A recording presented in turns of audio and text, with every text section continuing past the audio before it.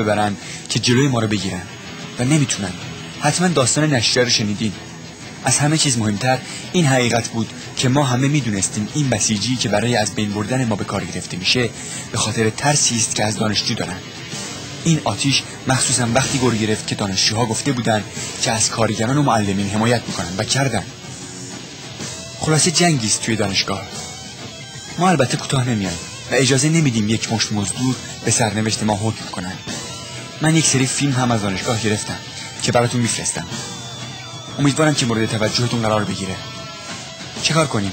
ماییم و یک مقاومت، ماییم و یک جنبش و یک رژیم پا به گور که برای موندنش هر کاری میکنه، یک مار زخم خورده، و ماییم و یک امید که مجاهدین خلق ایران هستند، به امید پیروزی.